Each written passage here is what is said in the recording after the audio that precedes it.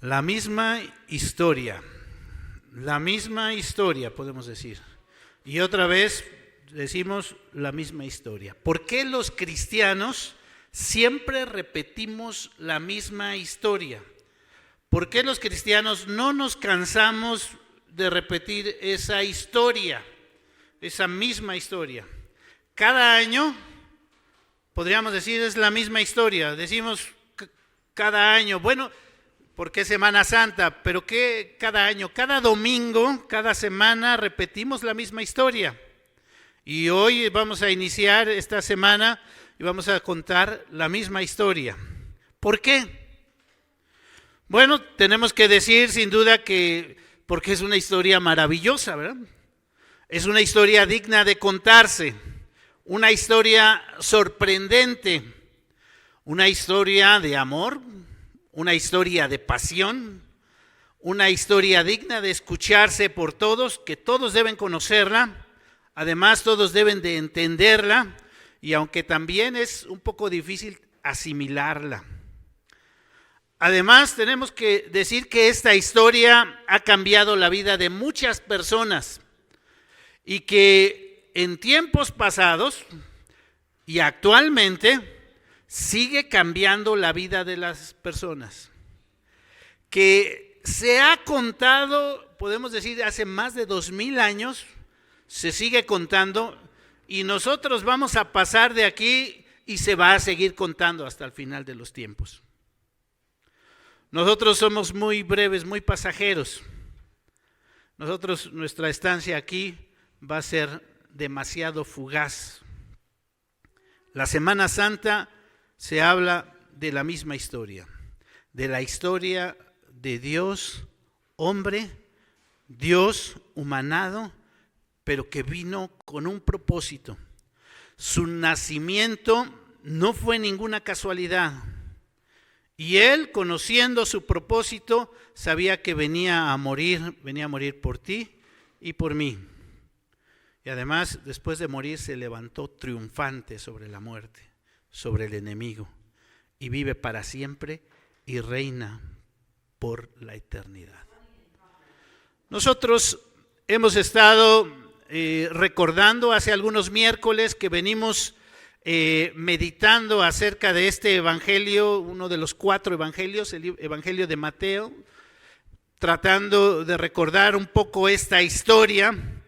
Y este evangelio de Mateo es un evangelio singular en el sentido que nos presenta al Señor Jesús como el Cristo, como el Mesías prometido que el pueblo de Israel estaba esperando y que se le había anunciado no cientos, miles de años o 1000 años, más de 1000 años antes que viniera. Podemos decir que el tema principal de la Biblia es esta historia, la historia del Señor Jesús. Pero específicamente los evangelios nos narran su vida, su obra, su ministerio, como, repito, este de Mateo, como el Mesías prometido. Y estos últimos miércoles que hablamos sobre este evangelio de Mateo, hablamos específicamente de los discursos del Señor Jesús al pueblo, ¿verdad? 5 discursos que se caracterizan, que sobresalen en este evangelio de Mateo, que nos presentan prácticamente qué es lo que el Señor Jesús venía a hacer. El primer discurso, el Sermón del Monte, nos habla sobre el estándar que el Señor Jesús espera de cada uno de sus discípulos. Algo mucho más, algo superior a lo que algunos venían conociendo. El segundo discurso es el que el Señor Jesús le presenta a sus discípulos, mandándolos a cumplir con una misión y dándoles recomendaciones. El tercer discurso es el discurso que estuvimos viendo, el discurso parabólico, así se le llama, porque en ese discurso el Señor Jesús dijo por qué hablaba y por qué enseñaba de esta manera.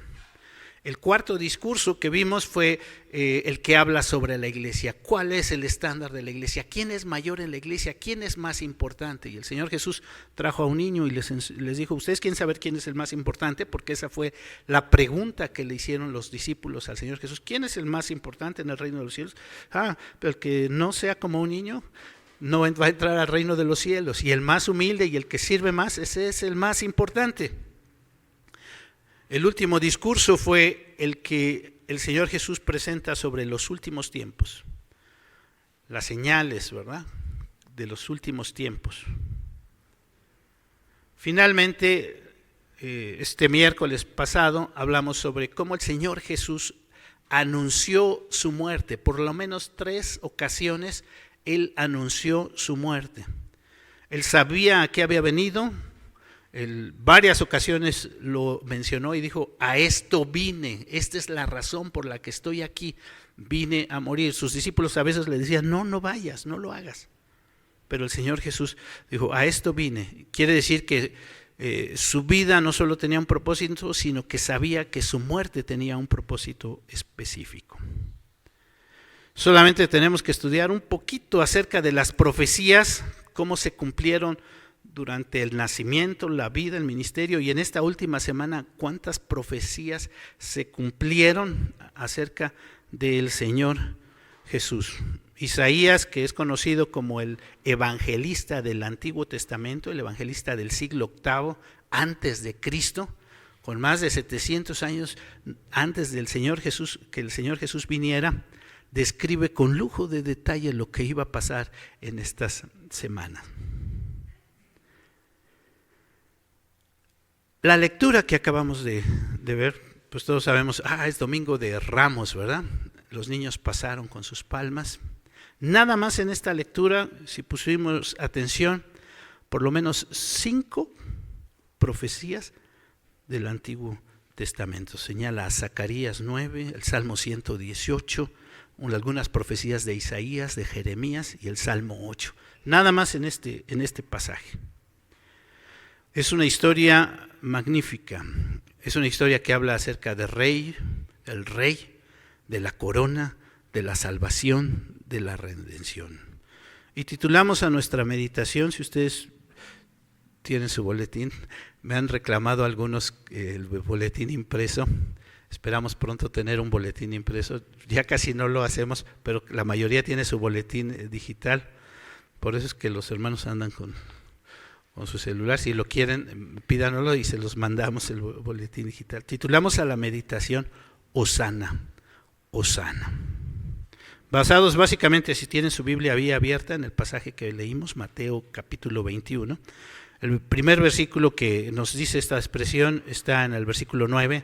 La gente que iba delante y la que iba detrás clamaba diciendo, Hosana al Hijo de David, bendito el que viene en el nombre del Señor.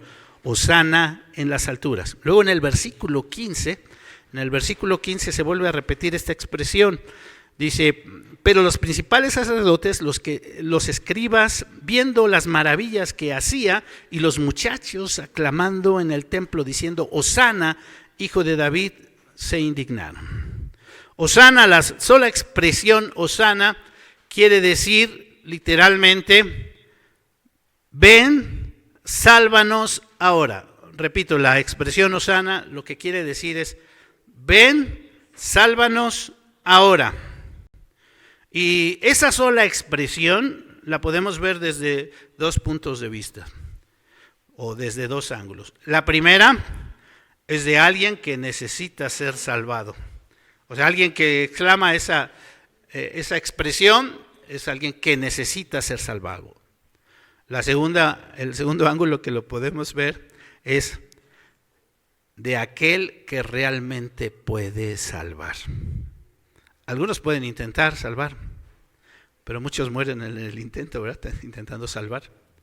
Se necesitaba alguien que sí pudiera salvar. Entonces, fíjense, nada más esta expresión, Hosana, Hosana, nos habla de alguien que necesita ser salvado. Alguien que expresa y que dice, estoy imposibilitado para salvarme, necesito que alguien me salve. Y la misma expresión nos habla también de alguien que sí tiene la capacidad para salvar. Decía hace un momento que esta expresión forma parte de una de las profecías y específicamente del Salmo 118. Si quieren ir en sus Biblias al Salmo 118, ese salmo es un salmo muy interesante. Tiene muchas características muy interesantes.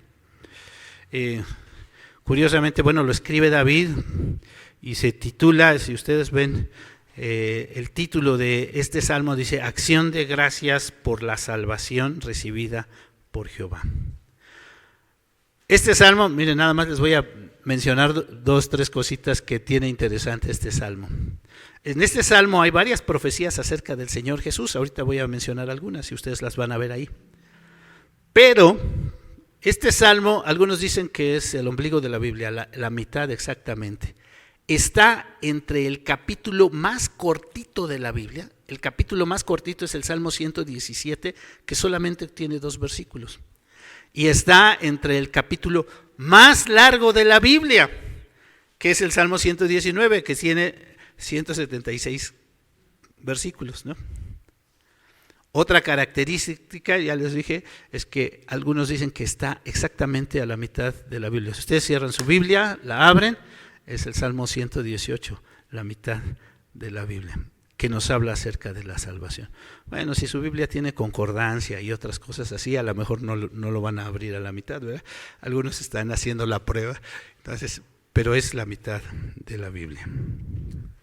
La salvación es de Cristo. Voy a leer versículos 21 en adelante y me gustaría que pusieran mucha atención en esa expresión. Les dije, Hosana quiere decir, ven, sálvanos ahora.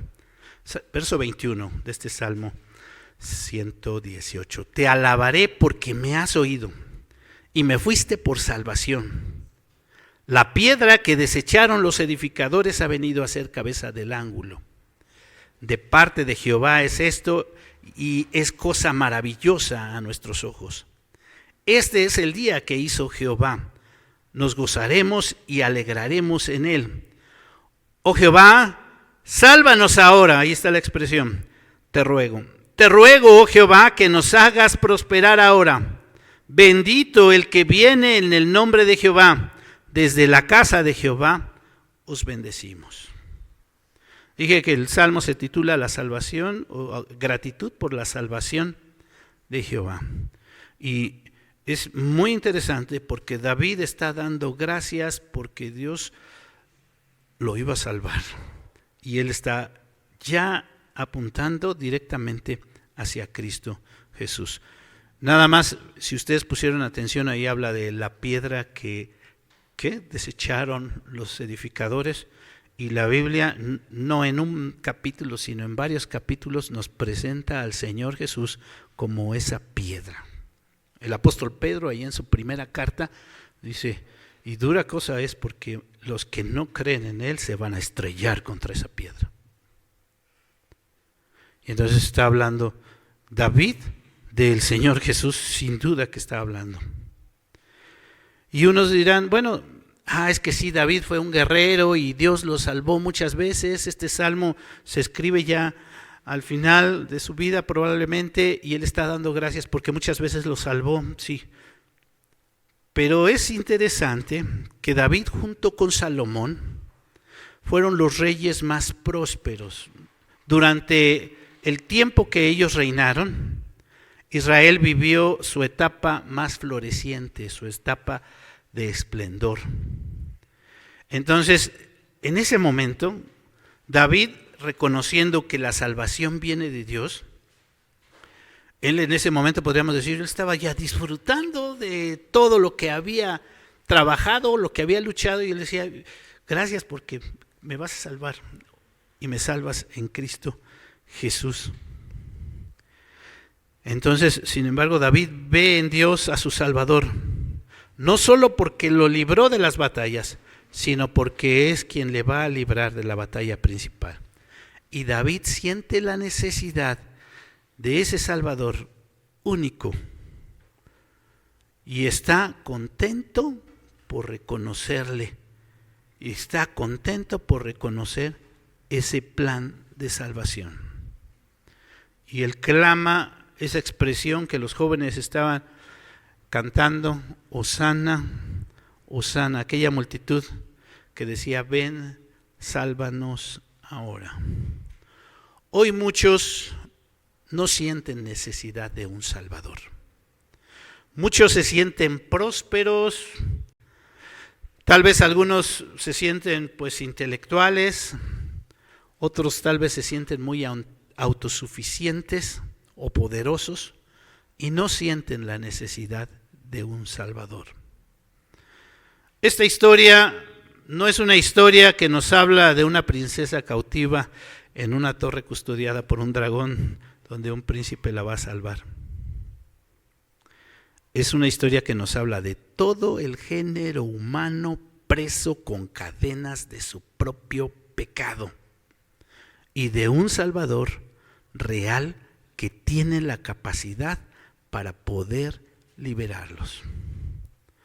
Un género humano que lo más triste es que no puede ver y no puede reconocer su condición de miseria y su condición de necesidad de Dios, del Salvador.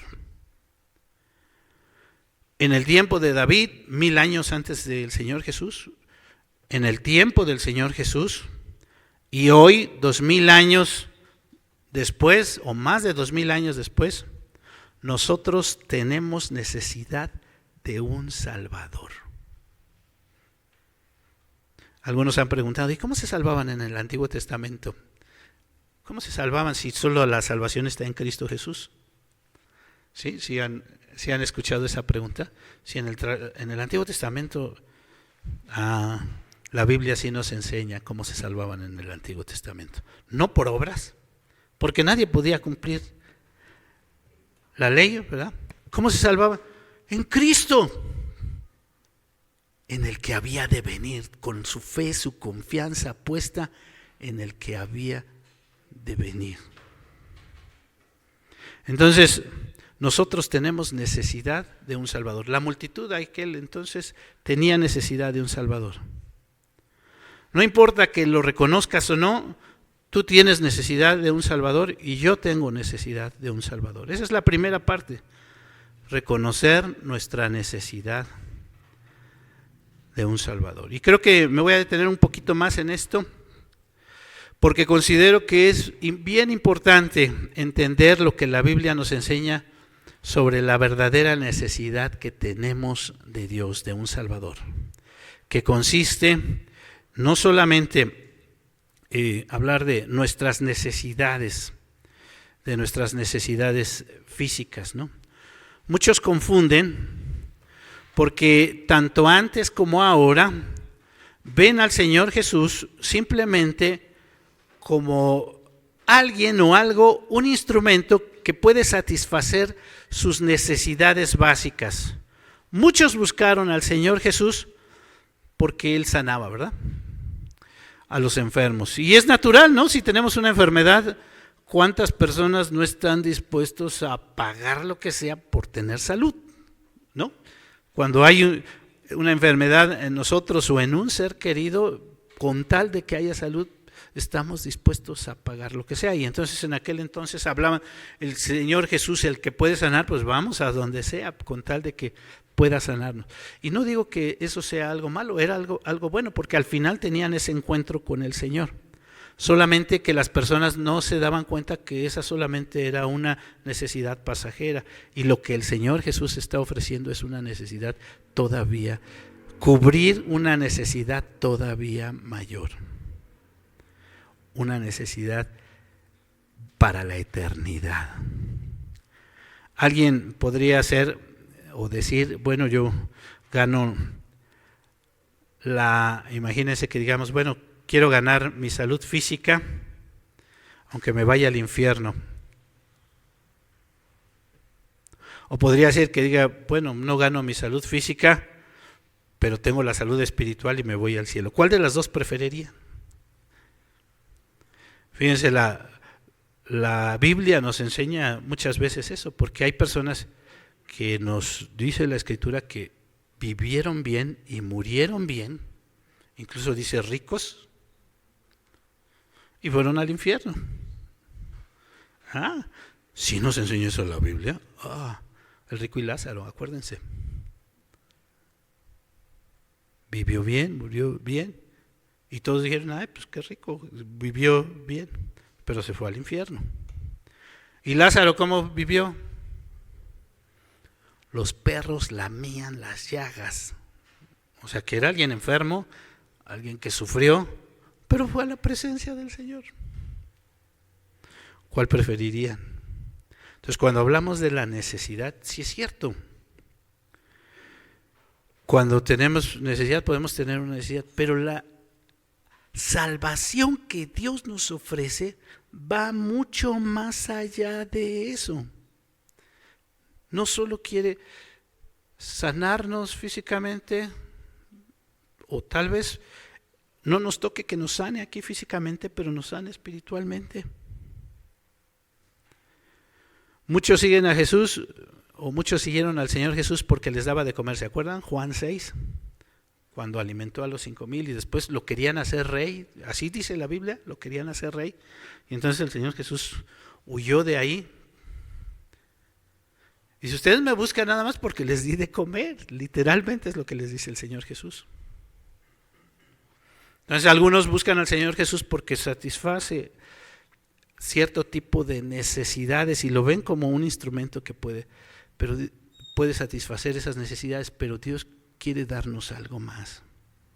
Hoy día se habla mucho de la teología de la prosperidad, donde se ve al Señor Jesús no solo como alguien que puede satisfacer mis necesidades, sino como alguien que puede ayudarme a satisfacer mis gustos, mis ocurrencias, o alcanzar el éxito, ¿verdad? Yo quiero alcanzar el éxito, la prosperidad financiera. Y alguien piensa así y ve al Señor Jesús así, como que puede suplirle esas necesidades. Pero lo que Dios quiere es suplir más que eso, una verdadera necesidad, que es la necesidad de tener un Salvador. Dios no es un instrumento para alcanzar el éxito o el éxito financiero, el bienestar. Ni siquiera nos promete una vida de felicidad. Aquí fíjense lo que les estamos diciendo. La felicidad no es la meta del cristiano, no la felicidad aquí en este mundo. Él nos promete sí la felicidad en la comunión con Él. Entonces, cuando veo este pasaje y veo a la multitud que clamó Hosana, Hosana al Hijo de David, se habla mucho de que lo que ellos buscaban era el Jesús político, ¿verdad? El Jesús que venía a reinar y a librarlos del yugo opresor de los romanos, y ellos no entendían la salvación que Cristo venía a ofrecerles. Y podemos pensar y tener razón, pero considero que principalmente nos debe hacer reflexionar, o sea, esto que sucedió en aquel entonces, y hacernos la pregunta, ¿cuál es la salvación que Jesús nos ofrece? ¿Qué salvación vino Cristo a dar? Y veo dos cosas aquí en este pasaje de Mateo 21, ¿no?, que el Señor Jesús ofrece. La primera es que nos ofrece salvarnos de la soledad. Nos ofrece el que podamos tener una comunión plena con Él y que Él quiere que nosotros podamos disfrutar y tener la bendición de estar en una plena relación con Él. Fíjense, vamos a ver el pasaje, Mateo 21. Aquí quiero hacer una pregunta. ¿Cuál fue la molestia del Señor Jesús? Versículos 12. Entró Jesús en el templo y ¿qué dijo?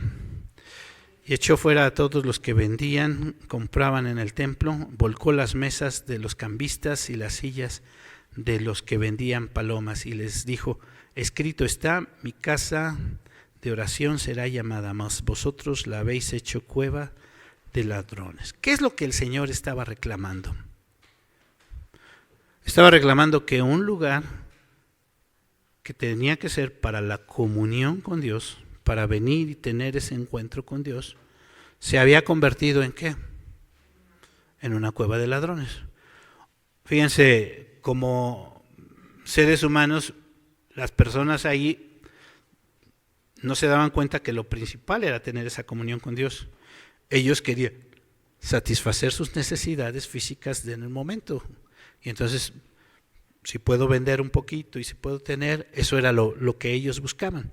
Pero Dios quería ofrecerles que la comunión, la relación, el estar bien con Él. Por eso le molesta tanto esta situación, porque en vez de entender que lo que Dios quiere es tener esa relación sana, esa relación con Dios que se perdió desde el Edén. Dios creó al hombre con una buena relación con Él y desde entonces se perdió esa comunión. Y lo que el Señor Jesús viene a hacer es restaurar esa relación. Entonces, ¿de qué nos quiere salvar el Señor Jesús? De la soledad. Él vino para que podamos recuperar la comunión con Él. Y estaba molesto porque habían cambiado lo importante por lo demasiado pasajero. Entonces Él viene a traer esa comunión y esa paz con Dios. ¿Se acuerdan la predicación del Señor Jesús que mencionamos varias ocasiones? El reino de los cielos se ha acercado. ¿No era la predicación que decía el Señor Jesús? ¿Qué era lo que quería decir el Señor Jesús cuando Él predicaba esto? El reino de los cielos se ha acercado. Él mismo, siendo Dios y hombre, venía y Él quería restaurar, o vino a restaurar esa relación, esa comunión. El reino de los cielos se ha acercado. Algunos dicen, y cuando piensan en la eternidad y la comunión con Dios y estas cosas, dicen, la eternidad, Yo he escuchado a personas que dicen, no, yo no quiero vivir eternamente, porque imagínate si a los 80 años ya no puedo caminar, o no puedo, ¿cómo será vivir eternamente? Primero, pues no entienden lo que es lo que Dios ofrece, ¿verdad? Pero he escuchado a otras personas que dicen, yo no quiero ir al cielo porque ahí solo va a haber hipócritas, ¿no? Bueno, no entienden que al cielo no van a entrar los hipócritas, ¿verdad? En el cielo pues, se va a tener una comunión plena con Dios. Y algunos piensan que en el infierno, dicen, ahí en el infierno, ahí va a estar bueno el relajo, voy a estar con mis amigos y voy a poder disfrutar. Fíjense que dentro de todos los castigos que la Biblia describe en el infierno, el fuego, el lago de fuego, el gusano, todo lo que describe la Biblia sobre el infierno, creo que el castigo más fuerte, el castigo que es más recalcitrante es la soledad. No va a haber comunión, ni con tus amigos, ni con Dios, ni con nadie. Dios y el Señor Jesús en ese momento lo que ofrece es la salvación. Necesitamos ser salvados de nuestra soledad. Y lo que el Señor Jesús viene a ofrecer es salvarnos. Nuestro pasaje nos habla sobre eso. La prioridad para el Señor Jesús, y Él tenía bien claro esto, es la comunión o restaurar la comunión de Dios con el hombre. Que eso es lo que da la verdadera felicidad, que eso es lo que da el verdadero éxito, que eso es lo que da realmente poder disfrutar la vida. La otra cosa que quería que entendiéramos, y en este pasaje habla, es sobre la adoración y la alabanza. Y dije, ¿qué? ¿Sobre la adoración y la alabanza? ¿Se acuerdan lo que dice el catecismo sobre el fin principal del hombre? El fin principal del hombre es glorificar a Dios y gozar de Él para siempre. Lo que está diciendo ahí el catecismo, y bueno, no es solamente que el catecismo lo dice, sino que el catecismo lo dice porque es una enseñanza de la Biblia, ¿verdad? O sea, la Biblia, nosotros creemos en el catecismo porque al final nos está reflejando lo que es una enseñanza de la Biblia. La razón de ser del hombre ¿para qué estamos aquí? ¿Y qué es importante? Es que nosotros aprendamos a glorificar a Dios. A veces nosotros nos distraemos en muchas cosas, hay cosas que nos llaman la atención y creemos que eso es lo que va a llenar nuestras expectativas, creemos que eso es lo más importante, pero cuando el hombre llega a entender que lo más importante en esta vida es glorificar a Dios, entonces realmente encuentra un propósito en su vida. Y fíjense, versículo 14 en delante, estamos en Mateo 21. Vinieron a él en el templo ciegos y cojos y los sanó. Pero los principales sacerdotes y los escribas, viendo las maravillas que hacía y a los muchachos aclamando en el templo, diciendo, Hosana al hijo de David, se indignaron y le dijeron, ¿oyes lo que estos dicen? Y Jesús les dijo, ¿nunca oíste? O nunca leíste, perdón, de la boca de los niños y de lo que maman, perfeccionaste, ¿qué? La alabanza. Perfeccionar, ahí está el Salmo 8, ¿verdad? Aunque nosotros cuando leemos hoy el Salmo 8 decimos, de la boca de los niños y de los que maman fundaste la fortaleza. Pero es que la fortaleza del ser humano y la fortaleza que Dios da está en la alabanza. Sí, será. Muchos no pueden entender esto, repito, porque están tan ocupados buscando distraerse en tantas cosas que su vida todavía no tiene sentido y no tiene una prioridad. Pero cuando el hombre llega a entender eso, que si estamos aquí y si que hay una razón de ser por la cual vivimos y existimos es solamente Dios, entonces todas esas cosas que nos distraen tanto toman sentido y podemos decir, lo que Dios quiere para mí es esto. Y ahora, si han escuchado a algunos cristianos decir, ahora mi vida tiene sentido, porque sé que es lo más importante. ¿Tú quieres tener fortaleza? ¿Quieres tener el poder? Porque así lo dice la Biblia, ¿verdad? ¿No lo dice así? Sí. ¿Qué le dice el Señor Jesús a sus discípulos? Recibiréis poder cuando haya venido sobre vosotros el Espíritu. ¿Poder para qué? Me seréis testigos en Jerusalén, en Judea, en Samaria y hasta lo último de la tierra. Hay gente que hoy está desvivida o se desvive porque quiere tener poder. Pero el verdadero poder y lo que realmente da sentido a la vida de las personas es el poder que Dios da. Lo que Dios quiere dar es sentido. La gente iba a buscar al Señor Jesús, ahí leímos en este pasaje, había ciegos, cojos, y los sanó. El Señor Jesús, su amor, su bondad, su misericordia, Él ofrecía y los sanaba. Pero lo más importante que Él venía a hacer y lo más importante que Él venía a dar y a suplir era esa necesidad de encontrar y poder alabar el nombre del Señor. Aquellos estaban enojados, los principales, porque decían, ¿no oyes lo que dices? Sí, eso es lo principal, lo que podemos hacer, alabar. Muchos no pueden entender eso, y este pasaje lo describe muy bien. De la boca de los niños perfeccionaste la alabanza. Entonces el Señor viene a dar el verdadero propósito, la verdadera razón de ser de la vida. ¿Sigues sin entender el propósito de la vida? Busca al Señor, alábale. Dijimos que la expresión Hosana entonces implica dos partes. Una es el que tiene la necesidad y que clama. Y la otra parte es el que puede realmente ofrecer la salvación. Y les decía que hay muchos que pueden intentar salvar, pero no todos pueden salvar.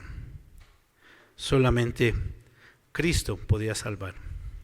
A mí me gusta el catecismo de Heidelberg, porque el catecismo de Heidelberg habla un poquito acerca del Señor Jesús como el Salvador y dice algo como que, bueno, ¿por qué el Señor Jesús tenía que ser verdadero Dios y verdadero hombre?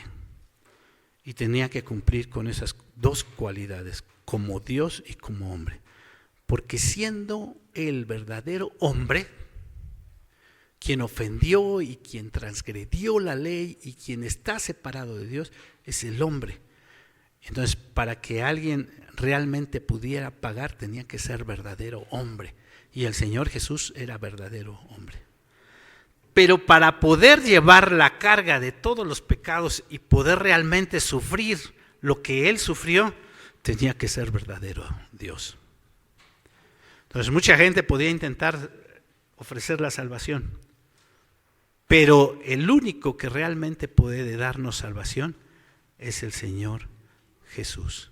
Es Él el único verdadero Dios y verdadero hombre. Aquí el punto de quién puede dar la salvación, que es Cristo Jesús, lo encontramos aquí en este pasaje, en nuestro pasaje de Mateo.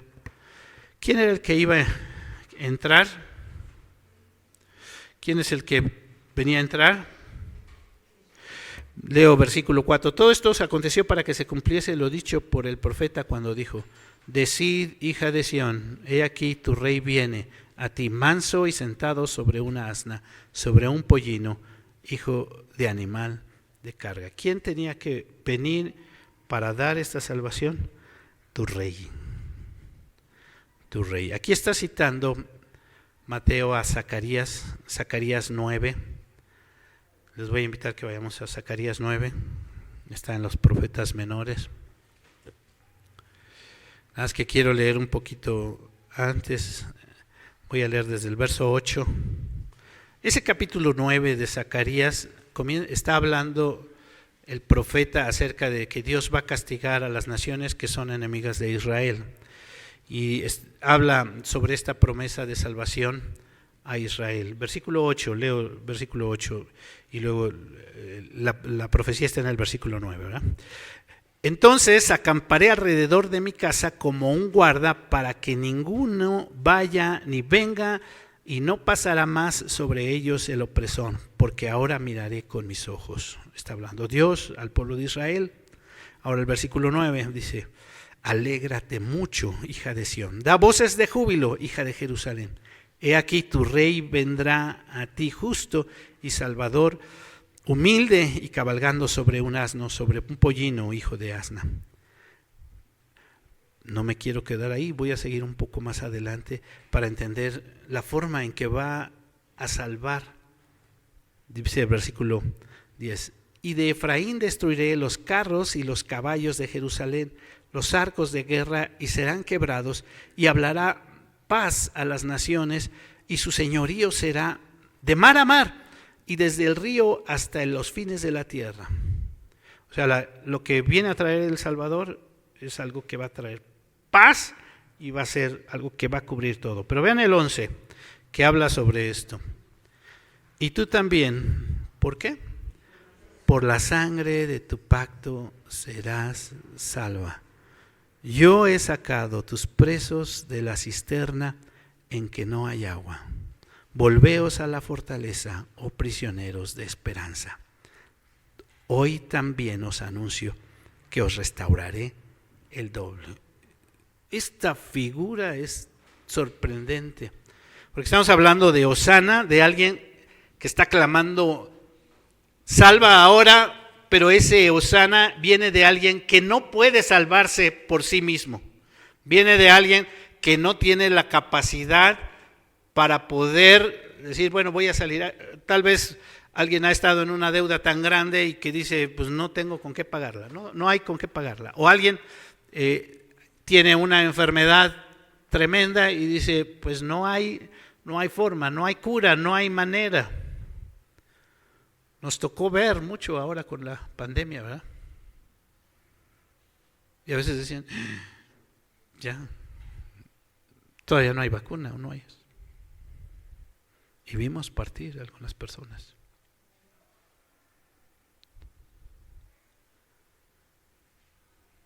Y esta figura que nos marca en este pasaje, ese de tus presos de la cisterna donde no hay agua, no pueden salir solitos.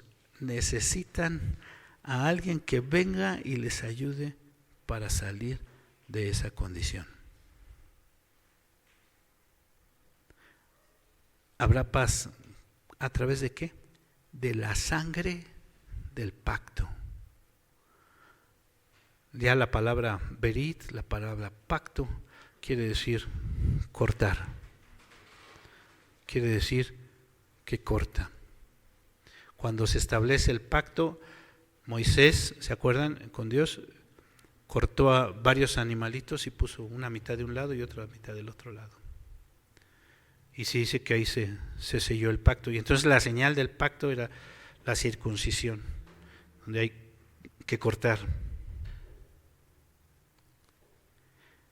Pero el Señor Jesús dice que viene y derrama la sangre del pacto eterno.